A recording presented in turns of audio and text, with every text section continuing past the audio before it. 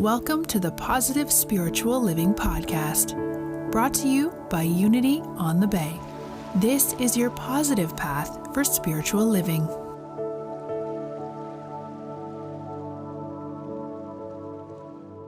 I'm going to start with a story.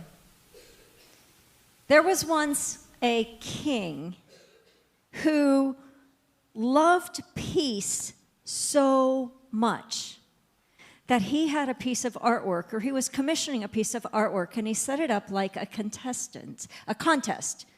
And there were many, many different paintings that came in that depicted peace, and he got down to the final two, and he was having a very hard time deciding which image of peace was more true. The first was a pristine lake with mountains in the background. The lake was totally still and calm. The mountains were beautiful. The sky was bright, bright blue. Feel that image. Feel the peace that that image brings you. And the second one that he was choosing between also had mountains, but they were rugged and bare. And the sky wasn't bright blue, but clouds and lightning coming through the sky. And into that mountain lake, it was not calm. There was a foaming, rushing waterfall. And when he looked at that painting, it wasn't peace that he saw initially. Can you feel the storm? But yet, when he looked deeper, behind the waterfall was a rock. And out of that rock was growing a bush. And in that bush was a nest. And in that nest was a mama bird, sitting there, peaceful as can be, in the midst and in spite of everything going on. That was the painting that won the image of peace. Peace and ease, I talk about both of those in my books. Peace is not something that happens out here first. Peace is not the absence of war. Peace is not the absence of chaos. However, when you find peace, when you fall into that place of peace, war ceases. Chaos eases. Overwhelm softens. Because peace is an inside job. So Chris asked a moment ago, but I'm going to ask it in a little bit different way. Would it be all right with you if life got easier? Why is it that always gets a chuckle? Let me ask it again, and I want you to feel like just by receiving the question, can you imagine that it might happen? So I'm going to ask it again. Would it be all right with you if your life got easier? That's what we call falling into ease. The first book that I wrote is entitled Falling into Ease, Release Your Struggle and Create a Life You Love. And so if you want more ease in your life, these books are available out there. But the second book that I wrote is The Paradox of Awakening. And in this book, the subtitle of this is Finding Peace in a World of Chaos, which is our theme over this. We're calling this our national book tour. I'm going to share just a little bit about us. My husband has been a Unity minister for a very long time as well. I've been a Unity minister for almost 19 years. And we have, over the last few years, really stepped into living the life of our dreams. So in this book, The Paradox came out in June, actually. But last spring, we had this idea. We normally winter in Arizona and summer in Arkansas, except when we're traveling. But we had this idea, let's go to Florida, let's do something different. Let's experience something different because we like adventure. Anybody like adventure? Anybody like to do anything different? let's test that. How do you feel about moving chairs? Okay, never mind. But we had this idea, and we were going to go, and we were going to stay in some of these high-rise condos, and we were going to have the view of the ocean, and we were going to do all this wonderful, wonderful stuff. And then it wasn't happening. It was creating a little bit of chaos in our life. Well, you write a book about finding peace in chaos, guess what's going to happen? You get to practice, right? And then we couldn't really find exactly what we wanted in our price range. And then Rob says to me, I'll tell you, it wasn't the first time he ever said it to me. He said it to me about 100 times over the last 12 years that we've been together, almost 13. But he says to me last fall, he says, you know what we should do? And I'm like, oh no. Tell me. He goes, we ought to get an RV and travel in the RV and do an RV trip. You know, I've always wanted to do that. And out of my mouth said, that's a good idea. Because always up until then, I've said, no, we're not doing that. And we're having this grand adventure. So the first time ever, now he's owned a trailer in the past, but I never have. I've never owned a truck. I've never driven a truck. I'm the primary driver. And so on January 3rd, we got in our truck and hooked up to our trailer for like the second time. The first time we went 20 miles and camped that far one night. And we didn't unhook. But we got in our truck and our trailer on January 3rd and drove across country to Florida. And we're here. And we are still married. Some of you get it. Now, we have not backed it up yet, but that's another story. We get to practice that a week from yesterday. Anyway, finding peace in a world of chaos. You're not going to find it out there until you find it here. And you're not going to find peace by wishing for it. Because if we could find peace by wishing for it, we would have found peace how many years ago? Decades, hundreds of years, millennia, right? You cannot find peace outside until you land in this place of peace in the inner. And the way you do that, well, the way you do that is come to the workshop, and I'll tell you exactly how to do that, and I'll give you an experience of it. But the way you do that is to quantify the spiritual principles that we teach. You said plenty of things this morning through your affirmations, your mission and your vision, and even through song that tells me that you already know this stuff. You know that there's one presence and one power, and that we are here to awaken, and we are here to awaken to goodness and kindness and love and peace. So the question becomes, if we know it, why don't we do it? And the answer to that is we have to take what we know and integrate it into our being. We have to take what we know and embody it. And that takes, I'm going to say a 4-letter word here, so hold on to your seats. That takes work. That takes work. That takes diligence and vigilance to your spiritual practice. But that's what we're being called to. That's what you're being called to in this time, in this ministry, as you're embarking on a brand new adventure. If you don't have that spiritual practice solid in your being, not just your head, but in your embodiment, it will be much harder. You'll still do it. But if you take these principles and you make a 100% commitment to yourself and the Lord God of your own being to embody in a whole new way, to become the principles that you already know and love, you will be able to dance through this next time with grace and ease and abundant magic and miracles. Would you like that? Yes. Rob does. He said earlier, the band came out and the choir was out. He goes, I'm staying. I like this place. This is good. I'm staying. I said, great, call home once in a while. So there's a quick story about 2 Zen monks.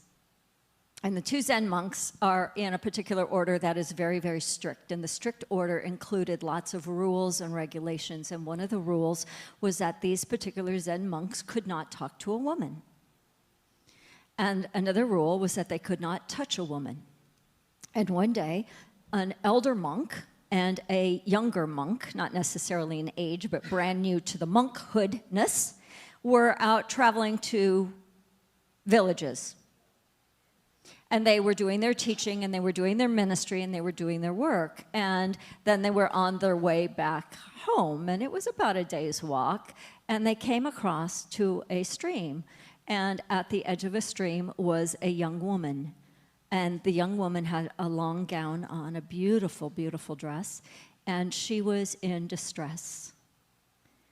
She had to get across the stream. She was trying to get home to her village because she had a child, and she'd been on an errand and could not navigate. She could not get across the stream because it had flooded, and it was raging, and she knew she couldn't walk across it. Number one, she'd ruined her dress.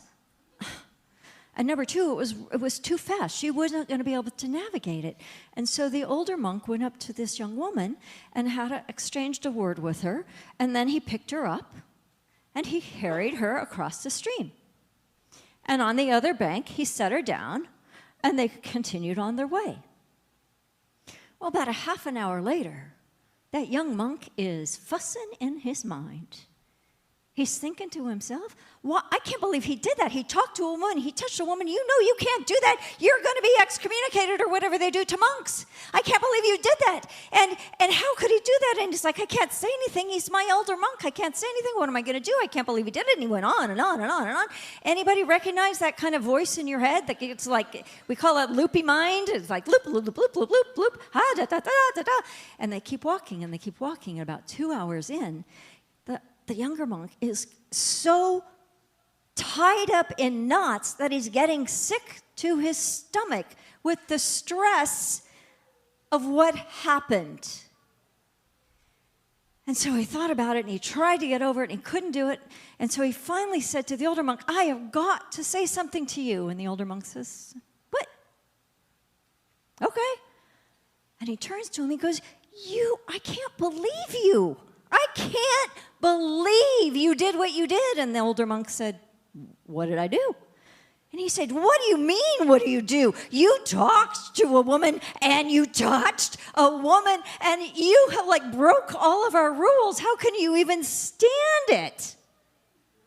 And the older monk said, well, you know what? That young woman was in distress.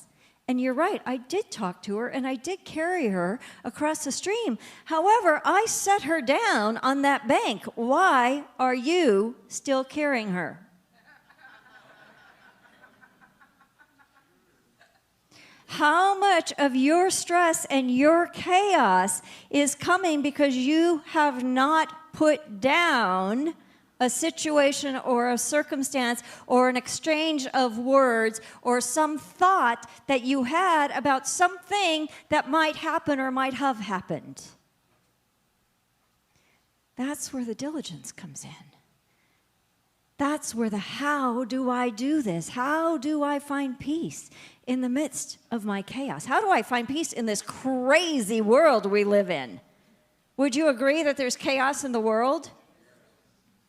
Would you agree that there's probably chaos in your life at some level? Well, there's chaos because every time there's change, there's potential for chaos.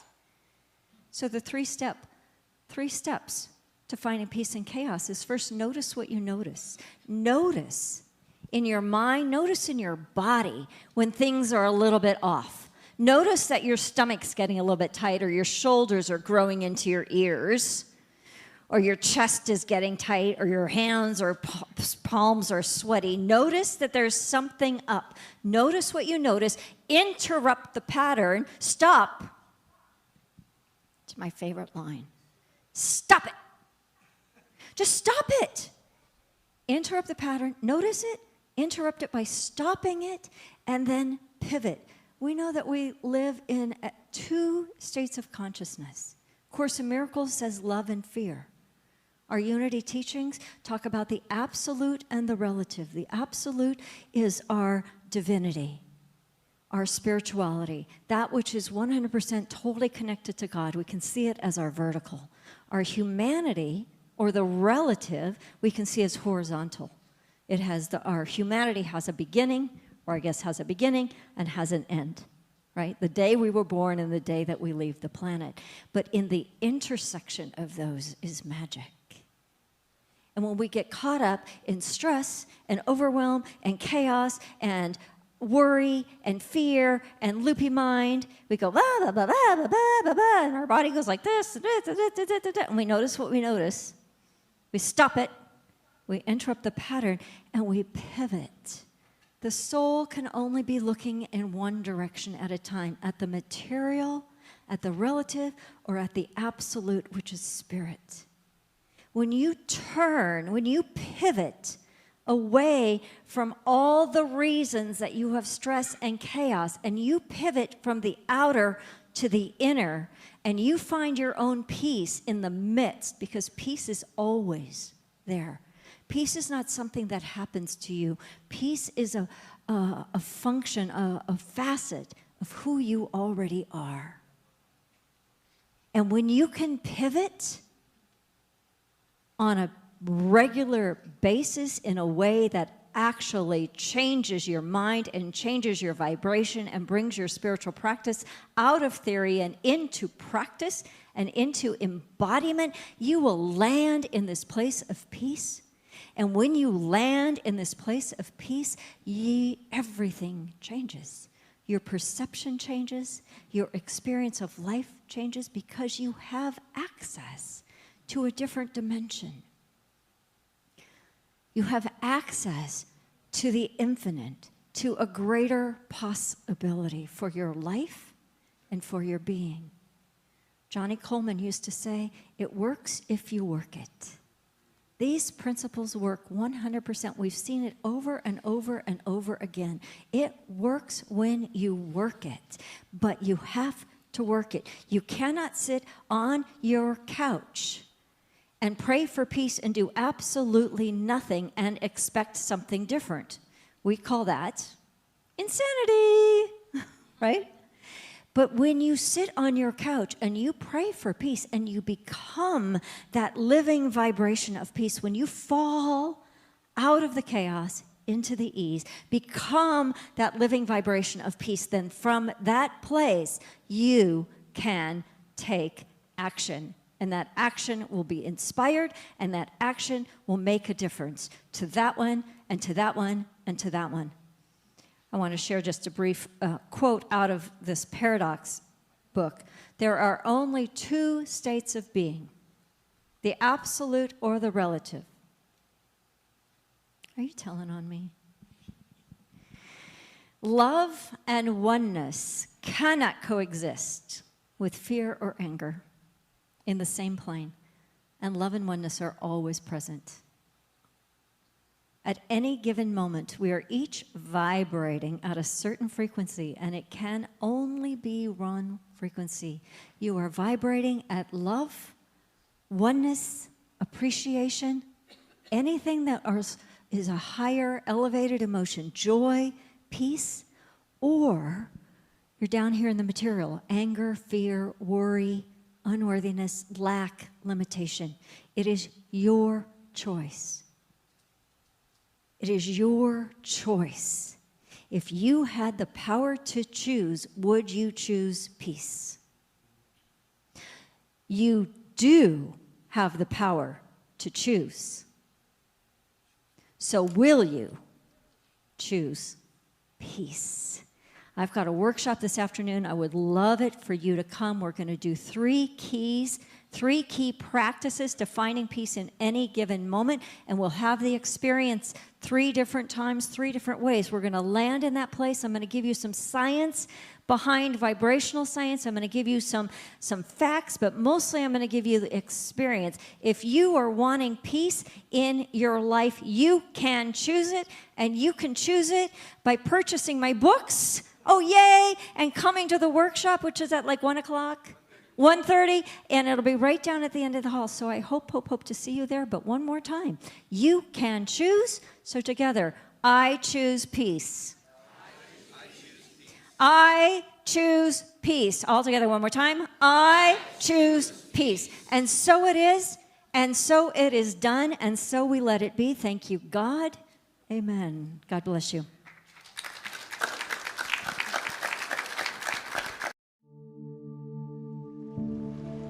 We hope you enjoyed this episode of the Positive Spiritual Living Podcast, brought to you by Unity on the Bay, a spiritual community located in Miami, Florida. Unity on the Bay is supported by the generosity of its community. If you'd like to make a donation or learn more about Unity on the Bay, please visit unityonthebay.org.